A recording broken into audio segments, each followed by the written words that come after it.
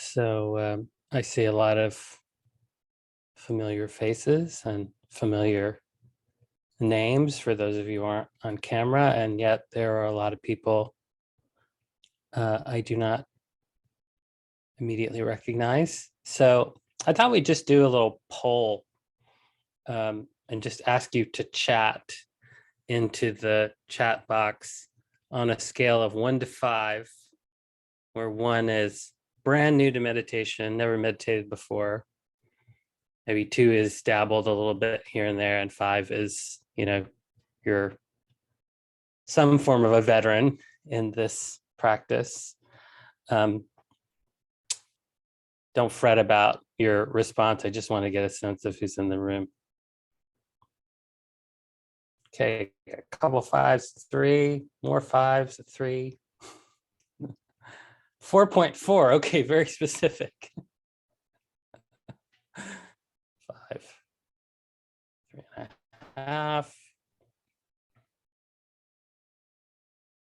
5, okay. 4. Anybody a 1? Don't be shy. I just want to know if somebody's newer. 2, somebody's okay. We got a 2. Okay, thank you.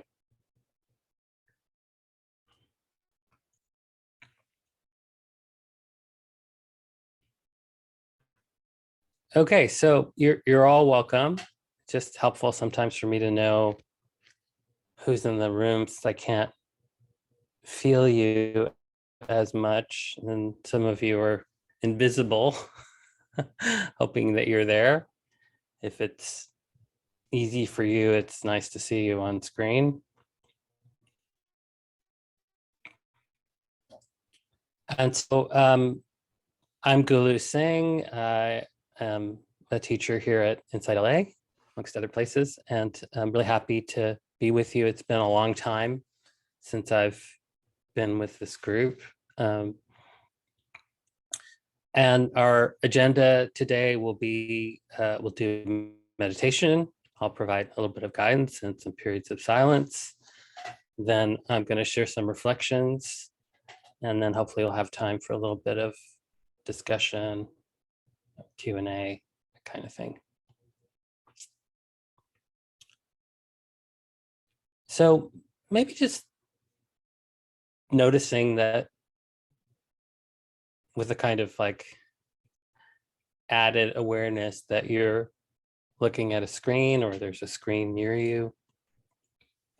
And for those of you that are looking at the screen or are on screen, maybe like, can there be a sense that we are together, even in this sort of virtual way that we've created a community, we've created a space, a kind of sacred space, and infusing the space you're in and this virtual space with some sense of the kind of reverence that we feel when we go to a special place, a kind of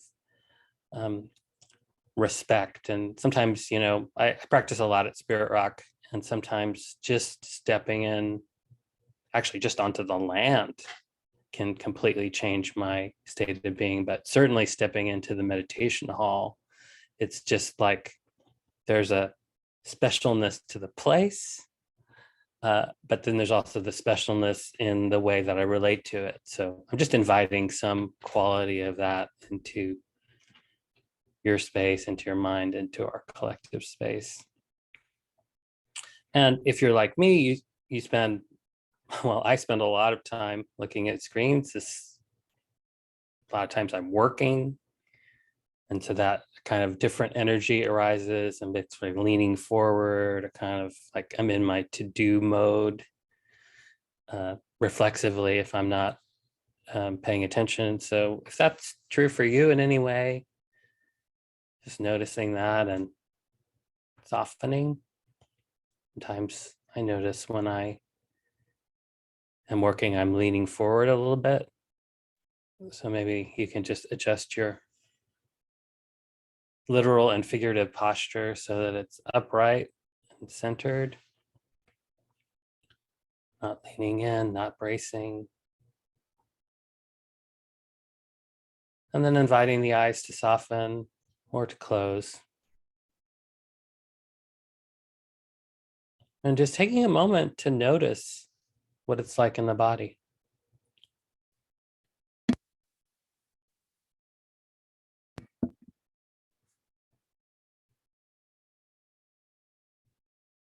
What sensations are prominent?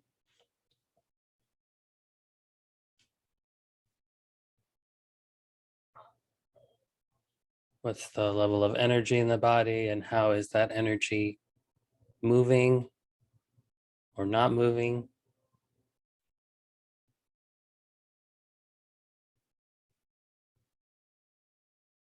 Not with any idea of fixing or changing, but just to take an inventory. What's it like in this moment?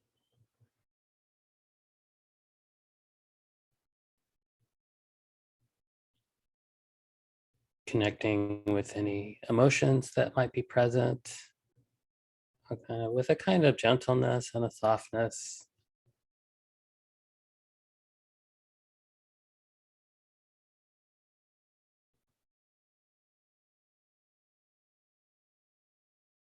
Maybe noticing the underlying attitude of the mind, the mood of the mind, whether it's happy, contented, or grumpy, not so important. Just being aware of the underlying state of mind that might be influencing how you're relating to this moment.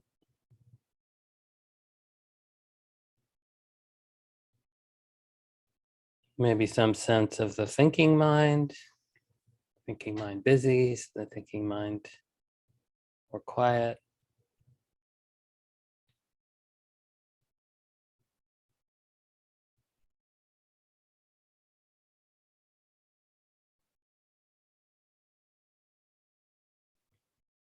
And then allowing the body to be literally grounded by feeling the weight of the body on your feet.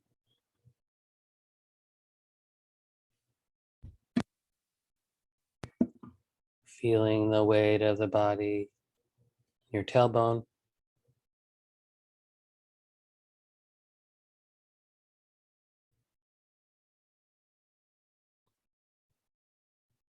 And then letting go of any extra effort, any extra physical effort, softening it, any extra mental effort, softening.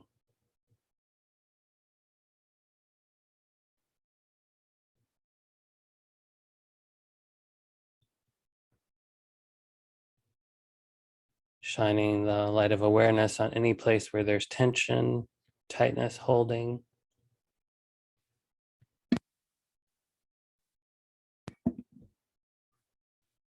And on the exhale breath, inviting a softening, a settling, releasing, arriving.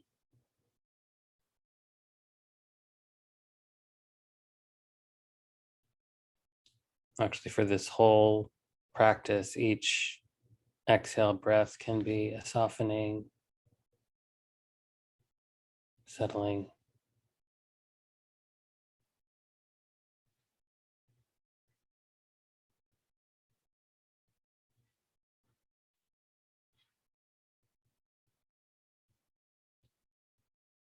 And letting the awareness rest on the feeling of the breath moving through the body.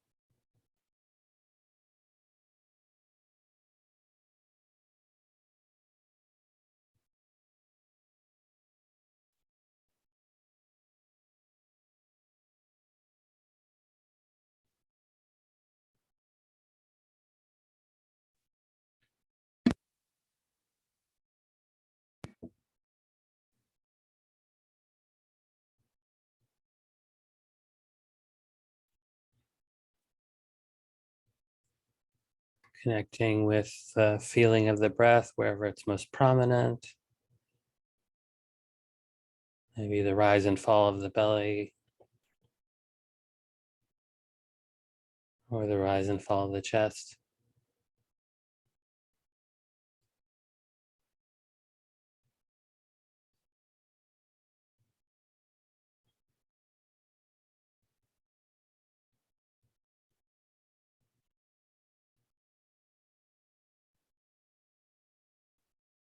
or perhaps following the entire cycle of the breath from the moment of the inhale,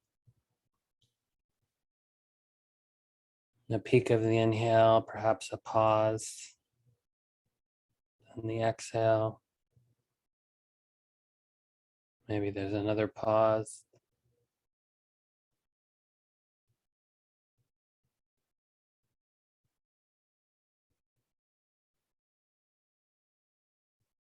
The field of awareness is filled with this felt sense of the body breathing, and everything else is in the background. Thoughts, emotions, sounds, whatever it might be, just resting there in the background.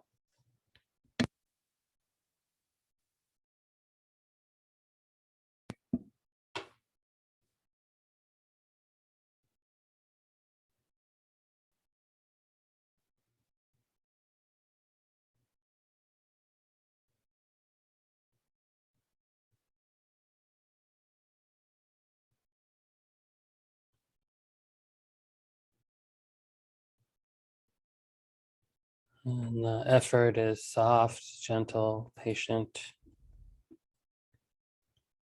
not trying to make anything happen, and just opening to receive the flow of sensation as the body breathes. Maybe a sense of the body breathing itself.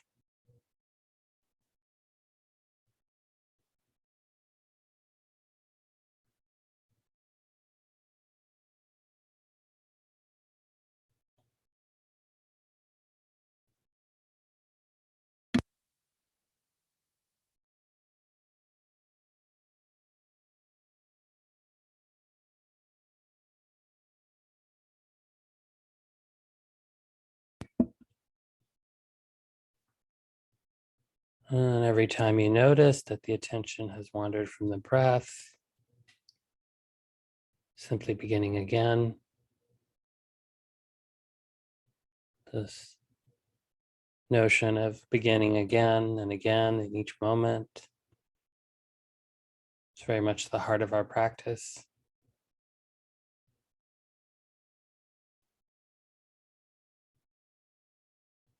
And letting it be simple, breathing in, knowing that you're breathing in,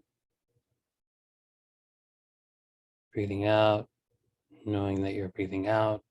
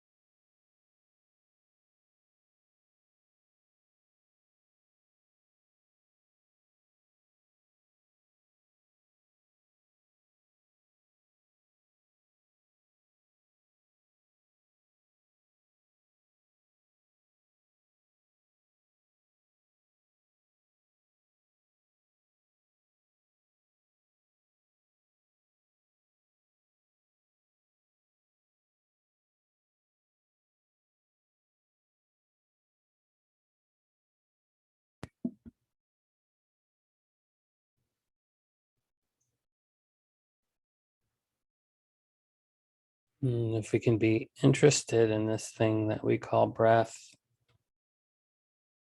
it supports our ability to be present,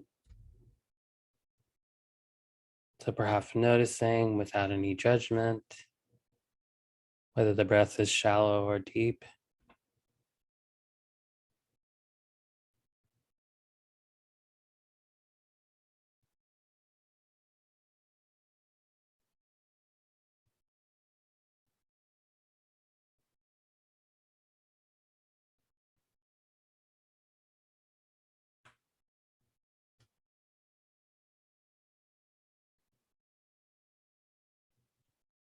Noticing without judgment whether the breath is coarse or fine, smooth or ragged.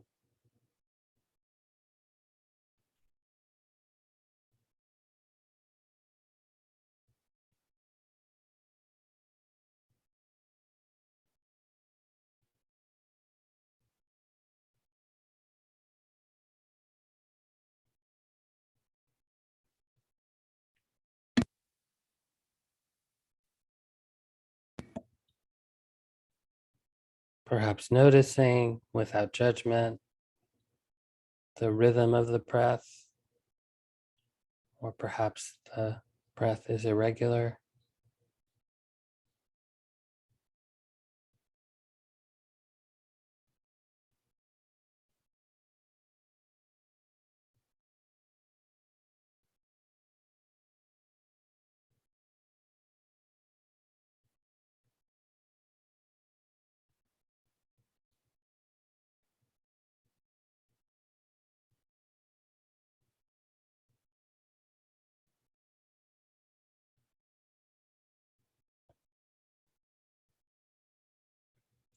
Perhaps noticing the more subtle manifestations of the movement of the breath,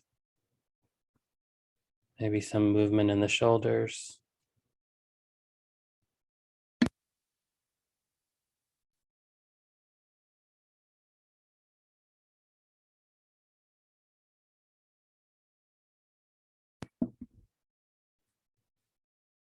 maybe some movement in the rib cage.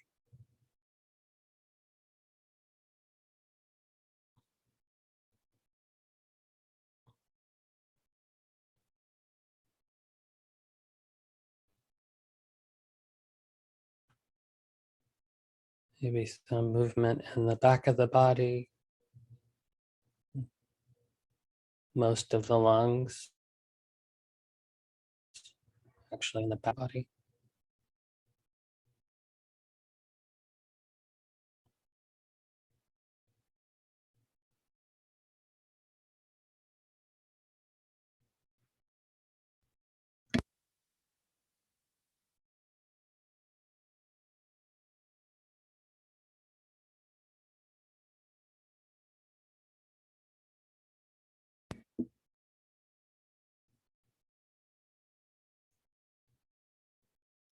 Maybe noticing the energetic quality of the breath,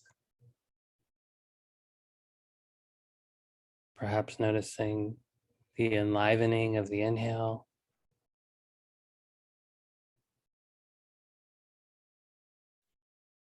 and the relaxation of the exhale.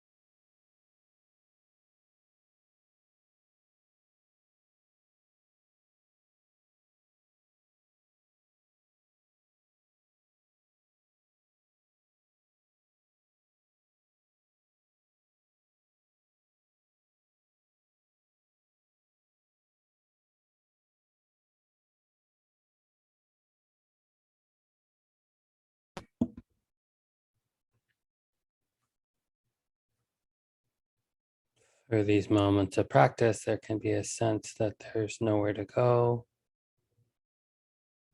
nothing you have to get, nothing you have to get rid of, no one you have to be or become. Just to be alive is enough. And connecting with this aliveness through the very breath that keeps us alive.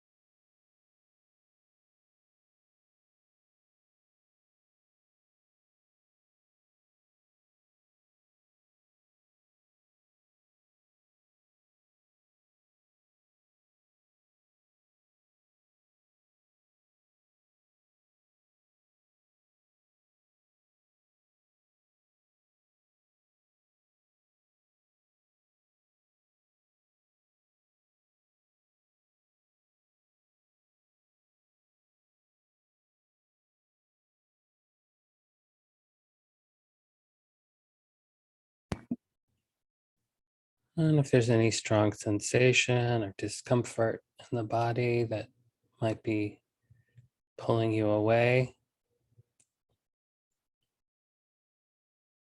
holding that part of the body in awareness, and maybe some sense of breathing with or breathing through.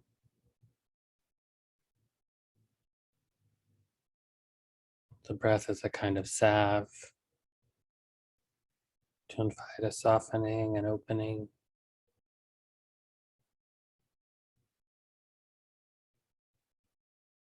The breath and the awareness is a way of tending to whatever might need our tending.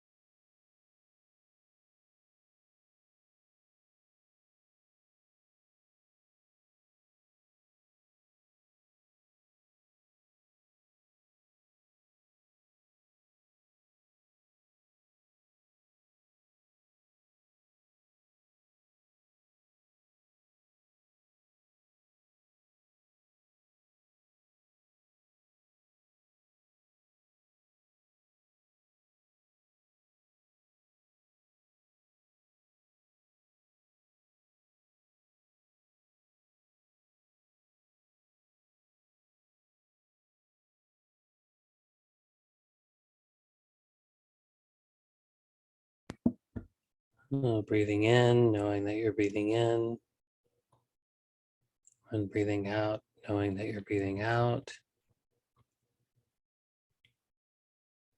Just that. Very simple.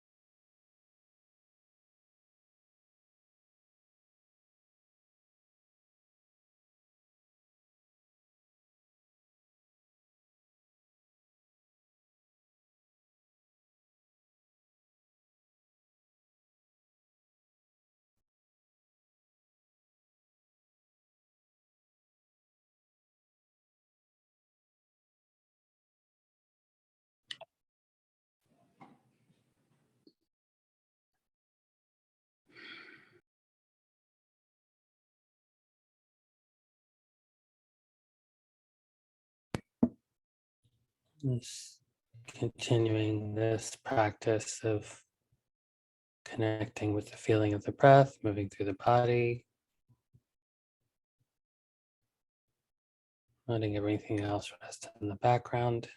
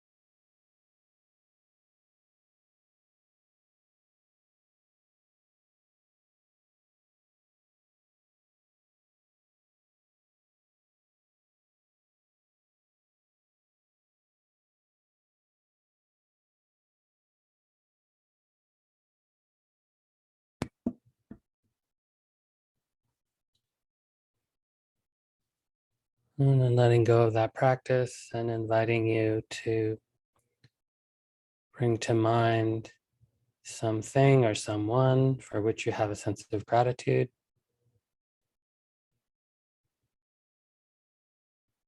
A person or animal being. Doesn't have to be anything grand. Maybe some simple pleasure in life.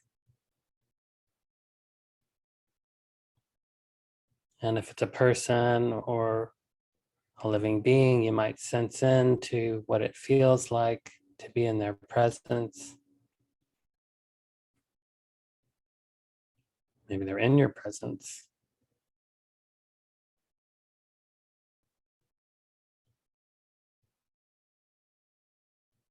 And then connecting with gratitude as a felt sense in the body.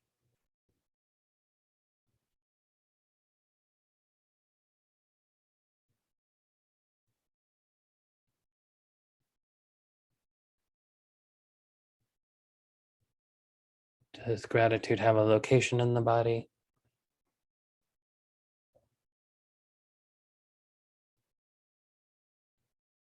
What's the felt sense of gratitude? Maybe warmth, some particular energetic, vibrational quality, strands maybe of happiness or joy.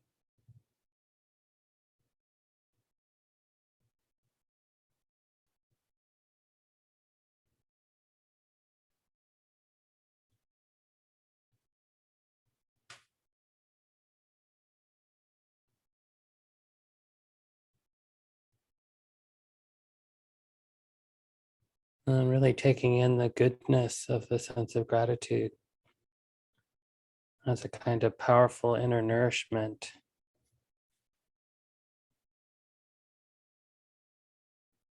Balances the mind, gives us perspective, brightens and uplifts the mind and the heart, actually gives us energy.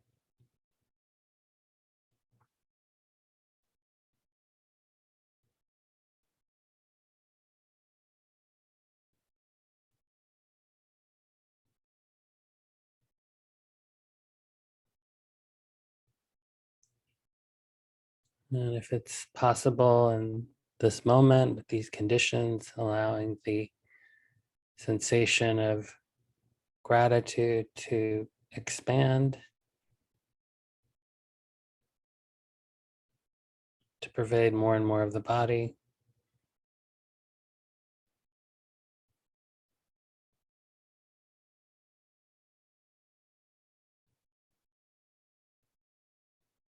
To allow the heart and the mind to be filled with gratitude.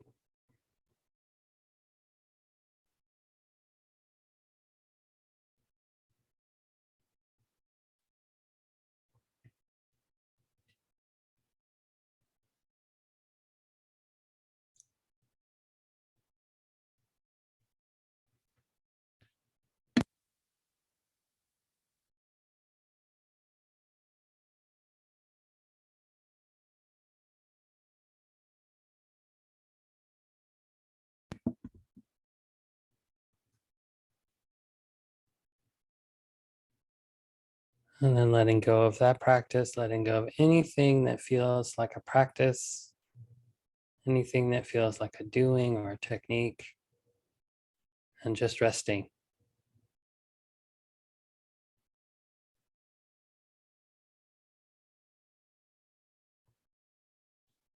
The awareness will continue to notice experience, but maybe this sense of not getting involved, not picking anything up, just resting.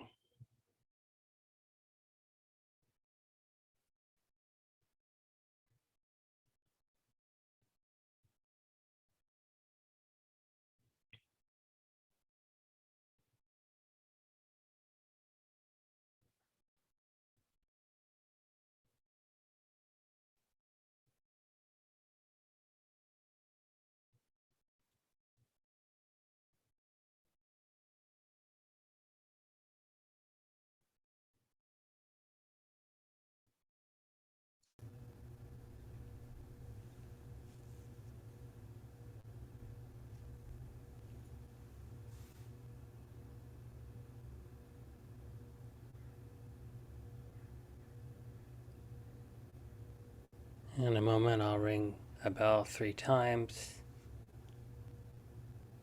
using the bell as a way to bring your attention more outward, listening to the bell as fully as you can for as long as you hear it ringing.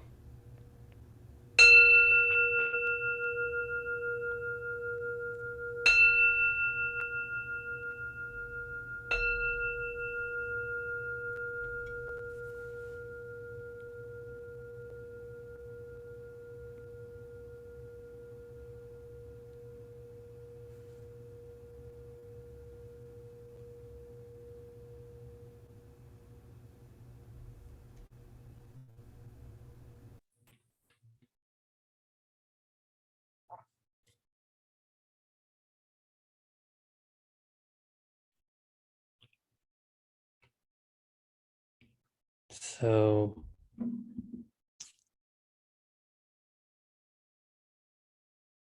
really love to see more of you on the screen. If you, no matter how it looks in your background, how you think you look, how your lighting is, as long as it's no higher than PG rating, please join us on screen.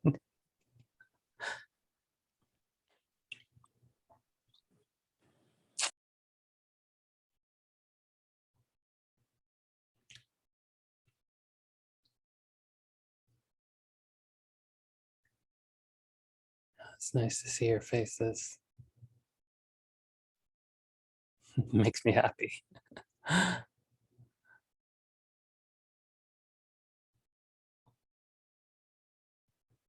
So I spent 16 of the last days of the last month in on retreat, teaching retreat, 10 days at Spirit Rock, which was phenomenal to be in person with people after almost 2 years of not being able to do that, and um, feeling the afterglow of that. And then right when that ended, I did a 6-day online retreat. It was for folks in Australia, so it had a weird time. We started at 1 in the afternoon and we went till about 10 at night. And turned out there were only 3 people out of the nearly 30 that were from Australia. But anyway, it was still powerful, like starting to see the pros and cons of both being in person and being remote. So anyway, I'm happy to be here. I'm going to share a version of one of the talks I shared on retreat. So in the legend of the life of the Buddha, and I like to think of them as legends, they have a kind of mythological quality to them. It's said that when the Buddha was born, there was a wise sage who looked at the baby and looked at the astrological signs, and he said to the parents, this child will either grow up to be a great ruler and a warrior, or he will become a great spiritual leader. And his father was a kind of king or a kind of local leader, and wanted him to follow in his footsteps and become a great ruler. So he said to the sage, what do I do to tip in the direction of being a ruler? And here's where it takes on a little mythological quality, but the sage said, as long as you shield him from the knowledge of sickness, aging, and death, then he'll become a great ruler. So the king set up these kind of perfect conditions to shelter his son. It said that they had 3 palaces, one for each season. The things were always comfortable. I imagine them like shuffling people around as people would age out of the system and people would get sick. And so he grew up in this sheltered way with every possible need fulfilled, the finest clothing, the best food, beautiful environment. When he was older, he had dozens of people to care for him, to tend to all his needs, even women to entertain him, dancing. And it said that all the people are like beautiful. That was like a prerequisite to get this job, to be very pleasing to the eyes. But then one day, actually, he was I think he was 27, the Buddha got curious and wanted to know what was outside. And so he snuck out, and it said this deva, this like ethereal celestial being, gave him these signs by coming down and taking the form of someone old, and then someone who was unwell, and finally someone who was dead. And then the form of a wandering ascetic walking peacefully across a field. The Buddha called these his heavenly messengers, because seeing and realizing the inevitability of old age, sickness, and death was the impetus for him to begin his spiritual quest. And the Buddha recommended, and this is quite common practice, it's called the 5 recollections. Sometimes it's offered as a chant, but it's to recall the inevitability of these forces, that I am subject to aging, I have not gone beyond aging.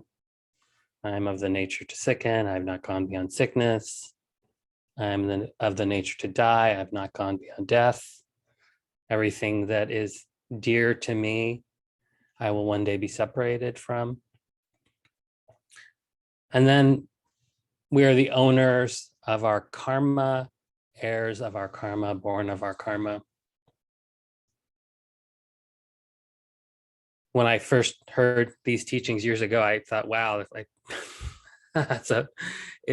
sometimes to the Western sensibility, it just seems like, oh, that's a bummer. Like, we have a culture where we don't talk that much about death or think about death. But it's intended to inspire us. It's intended to motivate us to use our limited time wisely, and to release the grip on the things that we want to hold on to, because anything we think we own is really, we're just renting for this period of life. And we have no idea when the exact moment of death will happen or how it will happen. A friend of mine was saying that he wanted to die like his grandfather, who died peacefully in his sleep, not screaming like the passengers in his car.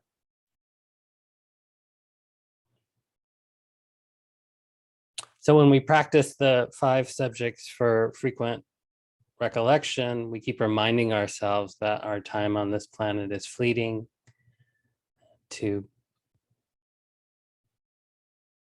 every moment is precious. This is an actual radio conversation between a US Navy aircraft carrier and Canadian authorities from 1995. This is one of those Freedom of Information Act kind of things. So the Canadians are talking to this ship. They say, please divert your course 15 degrees to the south to avoid collision. And the Americans respond, recommend you divert your course 15 degrees to the north to avoid collision. The Canadians, negative. You will have to divert your course 15 degrees to the south to avoid a collision. Then the Americans respond, this is the captain of a US Navy ship. I say again, divert your course. The Canadians, no, I say again, you divert your course.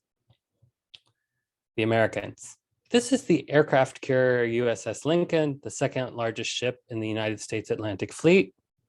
We are accompanied by 3 destroyers, 3 cruisers, and numerous support vessels. I demand that you change your course 15 degrees north. I say again, that's 15 degrees north, or countermeasures will be surely undertaken to ensure the safety of this ship. Which is a very American response. The Canadians, your call. This is a lighthouse.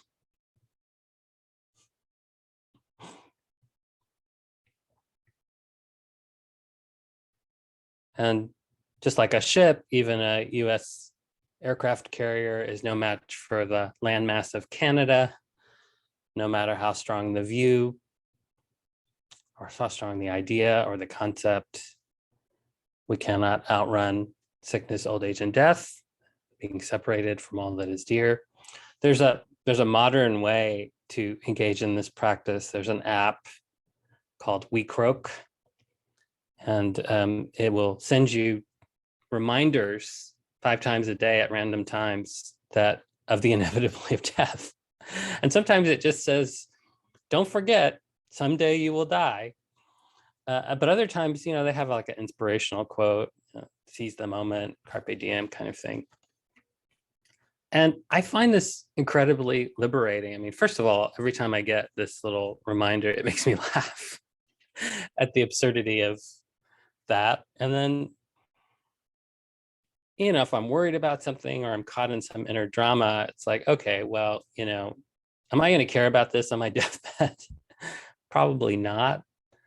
And it allows me to loosen or relax around whatever it is that is consuming me in that moment. There's a poem I really like called The Dakini Speaks. And I looked up the definition of Dakini. She's a female being of generally volatile temperament who acts as a muse for spiritual practice. My friends, let's grow up. Let's stop pretending we don't know the deal here, or if we haven't noticed, let's wake up and notice. Everything that could be lost will be lost. It's simple. How could we have missed it for so long? Let's grieve our losses fully like ripe human beings, but please, let's not be so shocked by them. Let's not act so betrayed, as though life had broken her secret promise to us. Impermanence is life's only promise to us, and she keeps it with ruthless impeccability.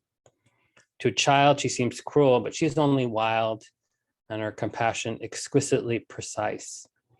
Brilliantly penetrating, luminous with truth, she strips away the unreal to show us the real. This is the true ride. Let's give ourselves to it.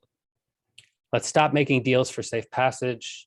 There isn't one anyway, and the cost is too high. We're not children anymore. The true adult human gives everything for what cannot be lost. Let's dance the wild dance of no hope.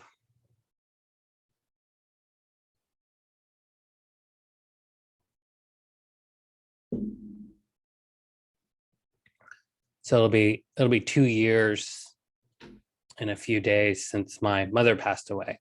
I think I was here right after that. I might have even shared this same teaching. It's on my mind then, and it's on my mind now. And I had the privilege, really, to be with her when she took her last breath. And these words of the Buddha popped in my mind, words that I didn't even know I knew.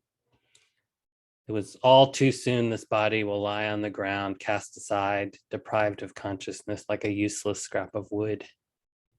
I really felt that like this thing that was my mother in one moment was just not in the next. And that mysterious thing that I don't think we even really understand, that animates us, that makes us alive, is, at least as it relates to this body, finite. And it's a sense that we can get when there's lost, or when sometimes we're tapped into the unsatisfactory nature of things. It's happened to me after long periods of practice, where there's a kind of disenchantment or disillusionment. The shiny things that usually capture our attention seem to have lost their luster in some way. It feels like a lot of people are going through some version of this, because the outside world is very tumultuous in so many ways. And then the pandemic has created more time for introspection and people reevaluating how they want to spend their time. The Great Resignation is a sign of this. People saying, I don't want to spend my time in this crappy, low-paying, unfulfilling jobs.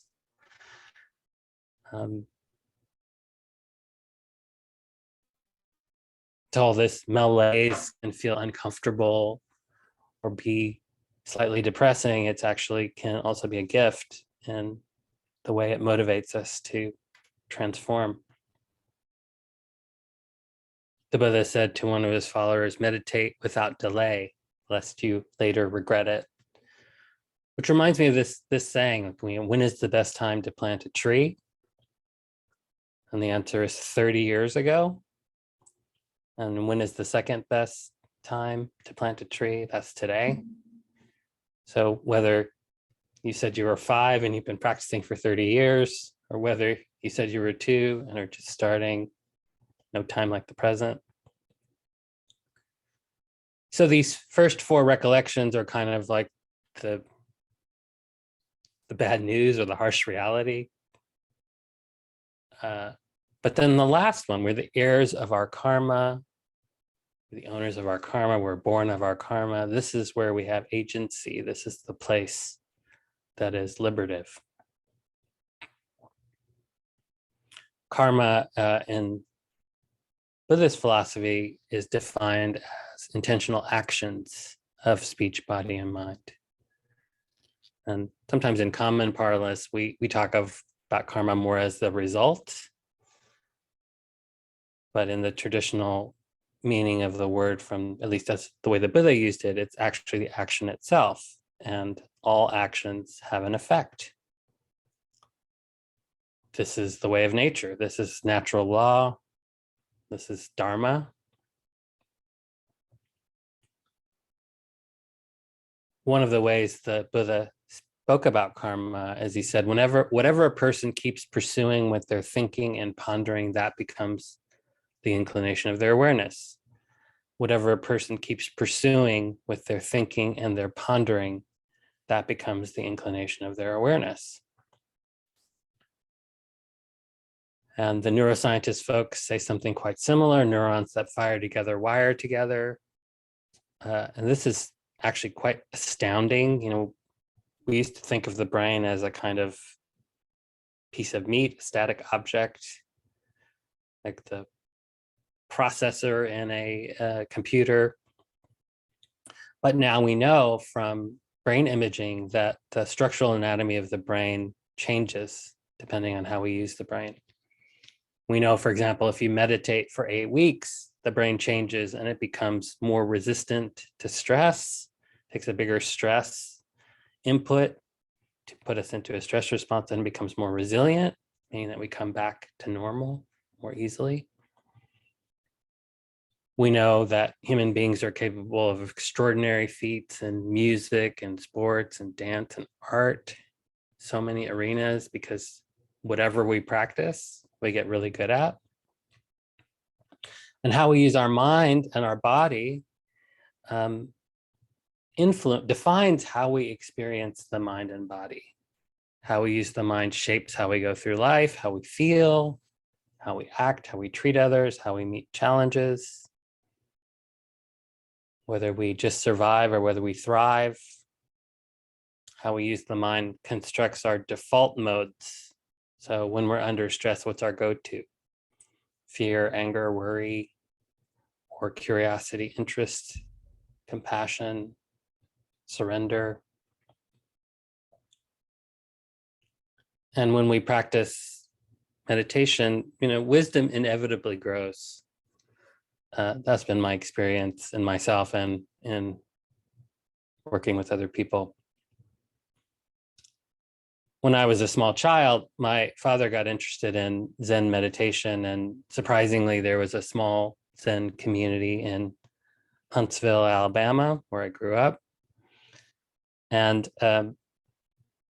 my dad's from India, so the ethos of that time, plus they didn't have any money, was just take me wherever they went. So here I was, like 5 or 6 years old, and he would take me to his Zen sitting group.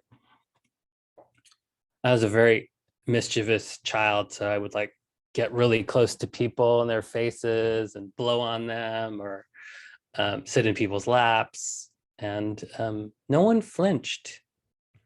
In fact, when I would sit on someone's lap, I would feel like arms just gently embracing me. And then when I was ready to leave, the arms would release. The people in that Sangha spoke to me as a child, unlike any other adults. Like, I didn't have words for it, but they were very present and attentive and engaged. There's a lot of humor and a lot of laughter in the community. And that left a kind of imprint on me that brought me to practice 20 years later when I really needed it. But one day, the Zen master from Korea, kind of an amazing man, he had started like several hundred of these little tiny centers in far-flung places. And so he was visiting from Korea, and my father was charged with picking him up at the airport. And so I remember, being fascinated by this man who my father, who was probably 31 at the time, described as being really old, but he didn't look old. He had a kind of like youthful vigor about him. I think he was probably in his 70s, but a very youthful 70s. And so we arrived, and it was this little house that was being rented, and the Zen master bounded out of the car, kind of like almost like a little kid, and he bounded up this half flight of steps to walk in a sliding glass door. But he didn't see that the screen to the door was closed. And in the most cartoonish way, he bounced off of the screen door, rolled down a half flight of steps, rolled out onto the driveway on his back unconscious. And everyone was, I remember this so vividly. We were just frozen in complete and utter shock. It was so silent. It's almost like if we were listening to see if he was breathing. And then I remember one of the more colorful people in the Sangha saying, "Crap, we just killed the master." And then he came to, and his response was the most hearty, joyful, full-body laughter. He was laughing and laughing, laughing. Pretty soon we were all laughing. And I feel like today, maybe even still, that's the best Dharma talk I've ever heard. Like the way he used his mind, decades of practice, created a default mode where someone could be so upset or hurt, he might be slightly physically injured, and his default mode was to find the humor in it. Whatever a person keeps pursuing with their thinking and their pondering, that becomes the inclination of the awareness. And because the brain, the mind, I'm using these terms a little bit interchangeably, although one could make distinctions, because the brain gets really good at however we use it. We're always using it. So in a sense, we're always practicing something. And if we're not intentional about cultivating beautiful qualities of mind, or cultivating calm or peaceful way of being, we just end up being practicing what's most prominent in our environment, the random thoughts from our community, social media. And this is quite dangerous because we are neurologically wired to be attracted by and interested in that which is stressful and dangerous. This was our survival mechanism as animals roaming the savannah. I mean, newspapers know this, so if it bleeds, it leads. The mavens on the internet know this. I saw this headline the other day, this clickbait link, and it said, "These 3 foods you eat every day are ruining your health." And it's really hard not to read that. You know, I care about my health. Like, oh no, ruin my health. This is an expression of the negativity bias that, you know, I like the way Rick Manson says it. The jungle is full of sticks and carrots, and it's much more important to dodge the sticks than find the carrots. So if we're not intentional about how we're training the mind, we're almost by definition training it to focus in an unskillful way that can make us depressed and anxious and restless. Because that's the world we live in, and those are the things in the world we live in that capture our attention more easily.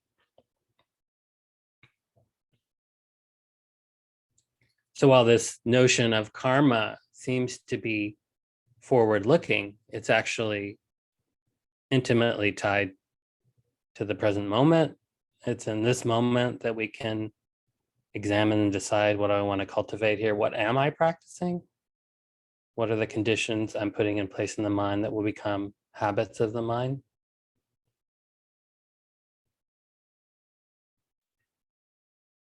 To practice a kind of stewardship of the mind. Now, I remember when I was a child, my parents were very probably over extreme about what they let me be exposed to. You know, that's like a way of caring for me. And can we do that for ourselves?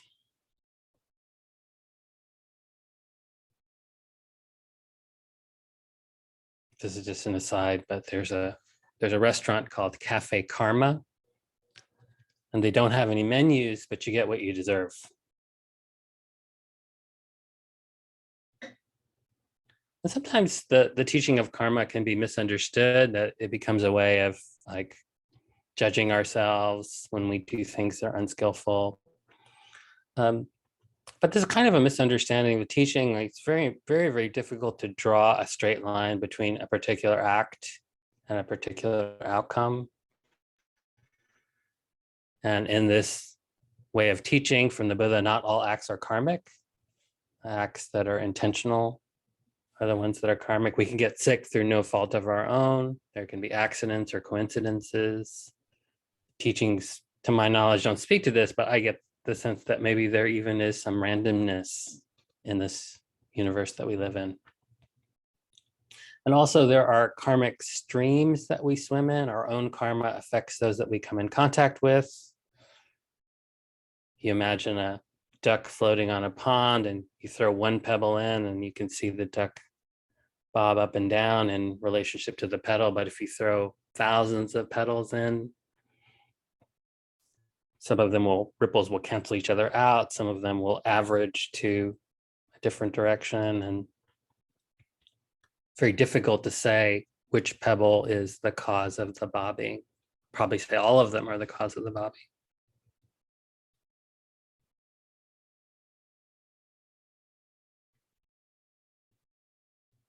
So I want to end by talking about equanimity. I think it's something that often brings us to practice. So equanimity, equal-mindedness, literally from the Latin. It's one of those words that really means what it means. And I think it's something that often brings us to practice, this sense of just wanting to be more even-keeled and even-minded and less at the whim of our environment. And also, I've worked with a lot of beginners. It's one of the first things that tends to emerge as a fruit of the practice, that we notice things that throw us off and become more immune to them. So equanimity is Sometimes it's described as having a mind that's supple, like bamboo, so the winds of life come and it bends instead of breaking. Can we learn to sway with the winds rather than getting stuck, to resource ourselves in a way that we have the capacity to bear these inevitable winds and storms that come? Doesn't mean it's easy. I like the words of Leonard Cohen. He says, "I know the burden's heavy as you will it through the night. The guru says it's empty, but that doesn't mean it's light." This endeavor of building a equanimous mind takes some effort and some courage. Another way that equanimity is sometimes defined as like more like a mountain, like unshakable, solid, immovable. My favorite definition of equanimity, there are many, is unshakable balance of mind rooted in insight and metta, or loving kindness. So the insights being the classical insights that come to us when we do the 5 recollections, that this world, this human existence has some modicum of suffering. The Buddha called it dukkha dukkha, or like pain, like it's just part of the package, that things are always changing, and that maybe we aren't who we think we are. The way we identify with this bodies and its likes and its dislikes and its history and conditioning.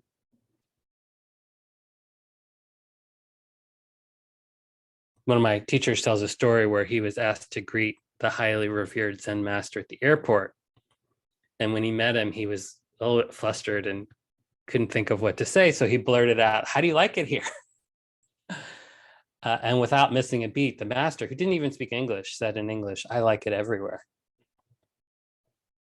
And so much of our agitation and suffering, I should say so much of my agitation and suffering, comes from the mind that preference is pleasant over unpleasant, the people I like over the people I don't like, the people I identify with, whether it's my country or my tribe or my worldview, always judging, comparing, trying to fix, causes a lot of agitation.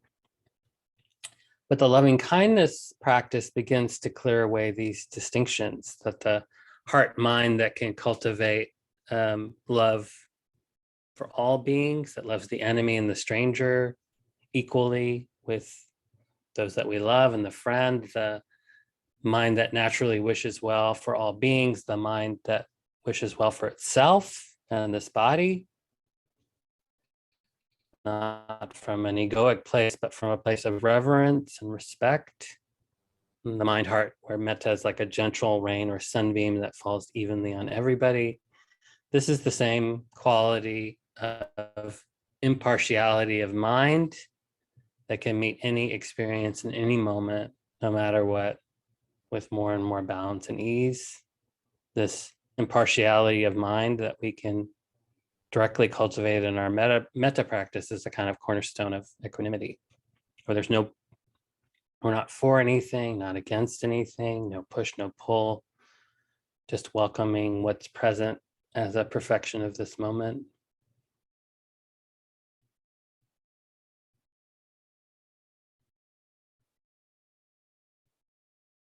A few lines from a poem I like. When loss rips off the doors of the heart, or sadness fills your vision with despair, practice becomes simply bearing the truth. And your choice to let go of your known way of being, the whole world is revealed to your new eyes.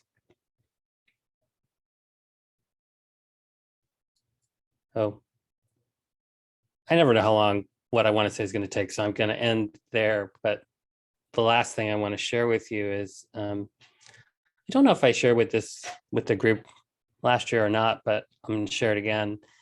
This is a YouTube video that is the song by this couple that it's like an offering that they made for the pandemic and what people are going through. And I find it very moving and also sort of apropos for our endeavor as practitioners. So somebody flag me if you can't hear it. Actually, let me see, where do you guys disappear? Let me see if I can. Okay, now I can see some people.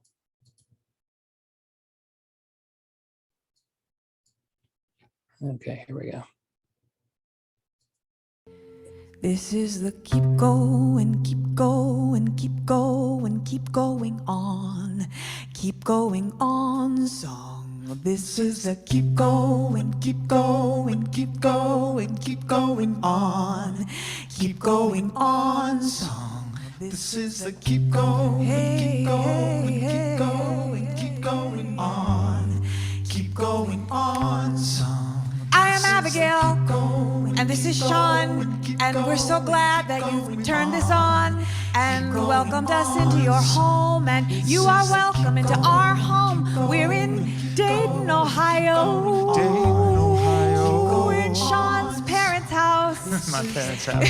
Sean's parents' house. We were in Louisville when the shit hit, and we packed our 3-year-old into a car. We drove kind of far. We drove here, and we've been so lucky and blessed to be safely here. And we thought we'd be here for like 10 days, tops. What did we know? What did we know? What did we know? We thought we knew a lot. We thought we knew a lot. Keep going on song. This is a keep going, keep going, keep going on. Keep going on song. This is a keep going, keep going, keep going on. Keep going on song. And we've been mostly healthy. We've been okay. Are you okay? Are you all right? Are you okay? Are you all right? Are you okay? I hope your body is whole tonight. And if your heart is breaking, I hope it's breaking open. And if your breath is shaking, I hope it's shaking through. And I hope that you've watched a lot of really great television, like a lot of it. And I hope that you find a hand lotion that actually makes your skin feel better. And I hope that you have enough to eat. I hope you're getting enough sleep, and I hope you have enough good company or enough good memory to last you a long time. Keep going, keep going, keep going on. Keep going on song. We sing the keep going, keep going, keep going, keep going on. Keep going on song. Let's bring some joy into the room, why not? We can try it, or some rage, and some grief and relief. Ooh, I hold my rage, I pray my rage is a fire that cleans my mind out and makes me ready to listen. I pray my pain is a river that flows to the ocean that connects my pain to yours. And I pray my happiness is like pollen that flies to you and pollinates your joy. Oh boy, is that possible? I don't know. We are making this up as we go. We have to make it up as we go. The keep going song, the keep going song. Oh, we're making it up. We're making it up as we go. Keep going on. Keep going on song. And I pray that when we meet again, that the world has changed into the world that we are imagining now together. And I pray that the world has become the world that we're planting inside of ourselves. for each other and for our ancestors and for our kids. Ooh, and we're gonna start. This is a rough beginning. That's all I've got is a rough beginning to offer you. We're gonna start by singing some songs in this tiny space together. We're just gonna sing some songs for you, and we hope that when you hear them, you will feel a little bit less alone, and we will feel a little bit less alone in the work and in the hurt, and we will be together tonight somehow, whenever this is, wherever this is. We will be together tonight for the keep going on, keep going on song. This is a keep going on, keep going on song. This is a keep going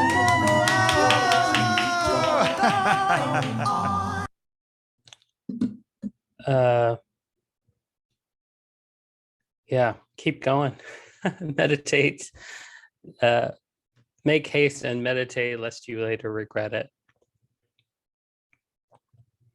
So I took up most of the time, but we have a few minutes if anybody would like to share a reflection or ask a question.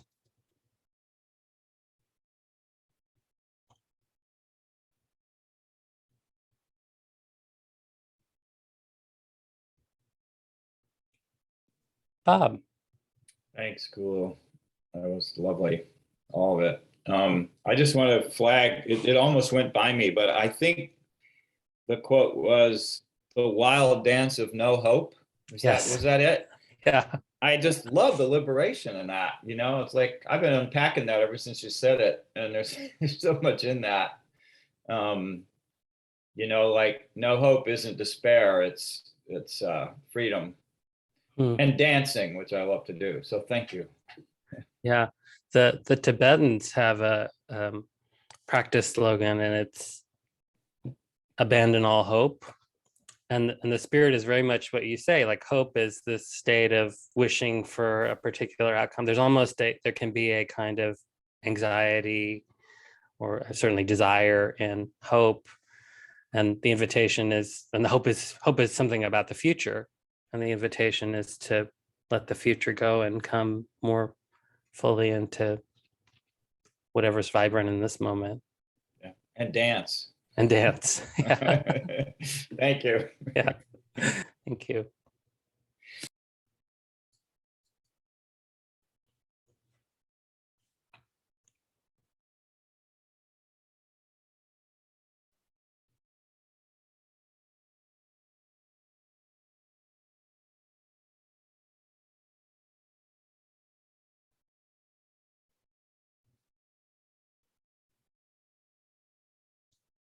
I'm not looking at.